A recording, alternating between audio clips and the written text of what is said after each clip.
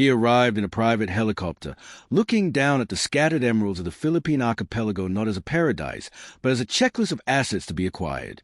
Julian was a man who measured the value of a sunset by the real estate premium it added to a beachfront villa. He came to these shores with a heart of granite and a briefcase full of contracts, intending to displace a small fishing village to make room for a 5-star eco-sanctuary. He thought he was a savior bringing progress to a slow people, but he didn't know that by the time he left, he would be the one begging for a seat at their humble wooden table. This is a story of a man who had everything but possessed nothing, and how a single storm in a remote province stripped away his gold to reveal the diamond of the human spirit. In a world that prizes a hustle and a harvest, we often forget the beauty of the soil. If you believe that the richest people are often those with the thinnest wallets but the widest smiles, then join our community here at Global Explore Network. Subscribe and stay with us as we journey into the heart of the Philippines, where the greatest lessons are often taught in the smallest huts. Julian's first breath of Philippine air felt like a humid weight he hadn't invited. Standing on the tarmac of a small provincial airstrip, his Italian leather shoes collected the fine, red dust of a land that didn't care about his net worth. To him, the bustling tricycles with their neon paint and roaring mufflers were merely noise, a chaotic inefficiency that stood in the way of his vision. He looked at his watch, a piece of engineering that cost more than the village's annual harvest, and frowned. The slowness of the islands was already grating against his skin. He saw the locals moving with a rhythmic ease, pausing to laugh under the shade of a mango tree, and he mistook their peace for a lack of ambition. In his world, time was a predator. You either killed it, or it killed you. He was here to buy a coastline, and he expected the world to move at the speed of his signature. His destination was a secluded coastal strip in northern Palawan, home to a community that had lived off the sea for generations. Julian didn't see families. He saw a logistical hurdle. He spent his first few days in a luxury tent, shielded by air conditioning and high-speed satellite internet, barking orders into a phone while the village children played in the surf outside. He treated the local foreman with a cold, transactional distance, ignoring the man's offer of fresh coconut water and a seat at the local fiesta. Julian believed that money could buy anything: loyalty, land, and even the future. He was a man built of glass and steel, polished and impenetrable, convinced that he was the most important person in any room, even if that room was a stretch of sand under a vast, unyielding sky. The friction began when the weather turned.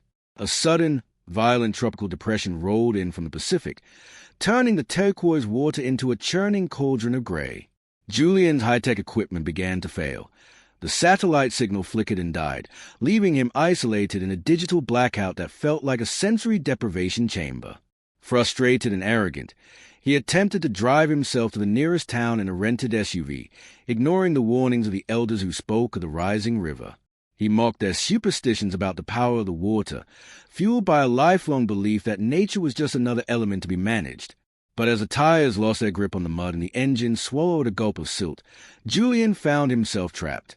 The water began to seep into the cabin, cold and indifferent, and for the first time in 20 years, the billionaire felt a cold, paralyzing fear that his money could not silence. As the darkness of the storm deepened, Julian sat on the roof of his submerged vehicle, drenched and shivering.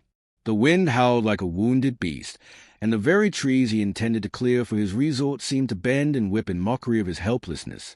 He was a king without a kingdom, a master of industry who couldn't start a fire or find his way back to dry land.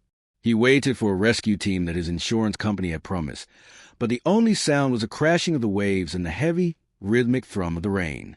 He felt the crushing weight of his own insignificance.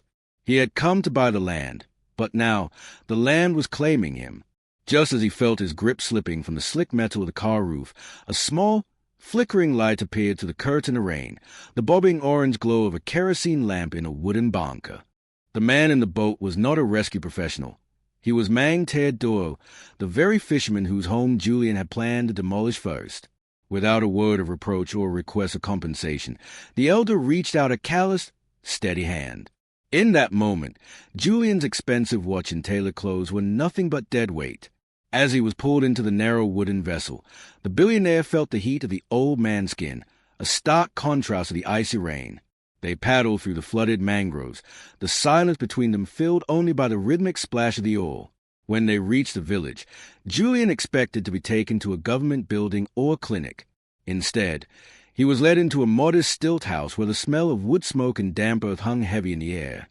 Inside the small hut, Julian was greeted not with the resentment he deserved, but with an overwhelming sense of Malasakit, that unique Filipino brand of selfless care. Teodoro's wife, ailing Rosa, immediately wrapped the shivering stranger in their only thick blanket, a faded piece of fabric that smelled of sun-dried laundry. They didn't ask about his bank balance or his plans for their land.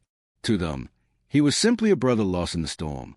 They stoked the fire and offered him a bowl of lugor, a simple rice porridge seasoned with ginger and salt. As Julian held the warm ceramic bowl, his hand shaking, he realized that these people were giving him their best, not because they had much, but because their culture dictated that a guest's needs come before their own. He watched as the family huddled together in the corner, giving him the driest part of the floor, and for the first time in his life, Julian felt the sting of a different kind of poverty, the poverty of his own spirit.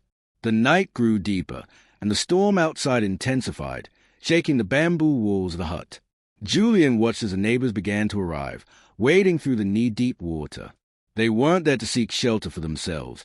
They were checking on Teodoro and Rosa. They brought small offerings, a tin of sardines, a few dry matches, a bundle of firewood. This was Bayanihan in its purest form, a collective movement of souls ensuring that no one was left behind. Julian, who had spent his life building walls and hiring security teams to keep people away, found himself in the middle of a community that existed without barriers. He saw a young boy offer his only toy to a crying infant, and he saw men sharing a single cigarette with the quiet camaraderie of soldiers. The slowness he had mocked earlier was now revealed to him as presence, the ability to be fully there for another human being. By the light of the kerosene lamp, Julian looked at the faces around him. They were lined with the hardships of a life tied to the sea, yet their eyes held a light he had never seen in the boardrooms of New York or London. He realized that his definition of success had been a hollow tower. He had thought he was coming to provide development to these people, but as he watched them laugh and pray together amidst the wreckage of a typhoon, he realized they possessed a resilience and a wealth of connection that he couldn't buy with all the venture capital in the world. His arrogance didn't just break, it evaporated. He saw the eco-sanctuary he had planned, a sterile, expensive playground for the rich, and felt a wave of nausea. He was the intruder. He was the one who was truly lost.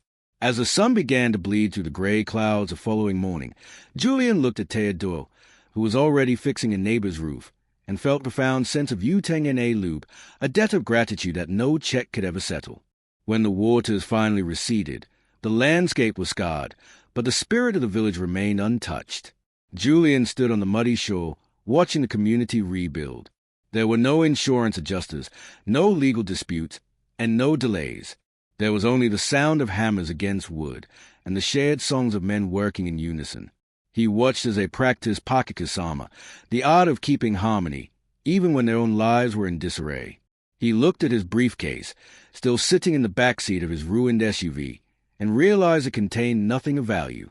The contract inside was just paper. The true covenant was the one he had witnessed in the dark, the unspoken agreement that we are all responsible for one another. Julian didn't call his lawyers to restart the project. Instead, he called his board of directors to tell them the acquisition was canceled. He wasn't going to build a resort. He was going to build a foundation that would protect the village's way of life, not replace it. The transformation was not just in his plans, but in his very posture. The stiff, guarded man who had arrived in a helicopter was gone, replaced by someone who walked with his head slightly bowed in respeto for the land and its keepers. He spent his final days in the province not in a luxury tent, but on the sand, learning how to mend nets with Teodoro. He learned that wealth in the Philippines isn't found in a bank account, but in the depth of one's relationships and the strength of one's character. He realized that the slowness he once hated was actually the pace of the heart. As he prepared to leave, ailing Rosa handed him a small pouch of dried mangoes for his journey, a gift given with such genuine warmth that it moved Julian to tears. He had come to the islands to own a piece of paradise, but he was leaving with something far more precious, the realization that he was finally part of the human family. The departure was nothing like the arrival. There was no fanfare, no clicking of cameras, and no air of superiority. Julian boarded the small boat that would take him back to the mainland, looking back at the stilt houses that now seemed more majestic than any skyscraper he had ever built. He felt a profound shift in his internal compass. The broken billionaire had been healed by the very people he thought were broken. He understood now that the Philippines isn't just a collection of islands. It is a philosophy of kindness, a masterclass in Malasakit that the rest of the world desperately needs. He vowed to carry this spirit back to his sterile boardrooms, to treat his employees not as assets, but as kin, and to never again mistake a person's modesty for a lack of worth. As the boat pulled away, Julian saw the village children waving from the shore, their laughter echoing over the water. He didn't see a third-world country. He saw a first-class humanity. He knew that he would return, not as a developer, but as a student, forever indebted to the fishermen who had pulled him from the wreckage of his own pride. The sun began to set, painting the sky in hues of violet and gold, a sunset he now viewed with eyes that understood its true price. He had lost an SUV and a multi-million-dollar deal, but he had found his soul in the mud of a Philippine province. In the silence of the journey home, he whispered a silent "Salamat," knowing that the greatest islands are not those we buy, but those that welcome us in when we are most alone. Julian's journey reminds us that the most dangerous walls aren't the ones made of brick and mortar, but the ones we build around our own hearts. We often travel the world looking for undiscovered gems, forgetting that the most precious treasures are found in the hands of those who have nothing but give everything. In the Philippines, kindness isn't a transaction. It is a way of life. It is a belief that your neighbor's struggle is your own, and that a stranger is just a brother who hasn't been invited to dinner yet. Julian came to change a village, but the village's Malasakit changed him forever.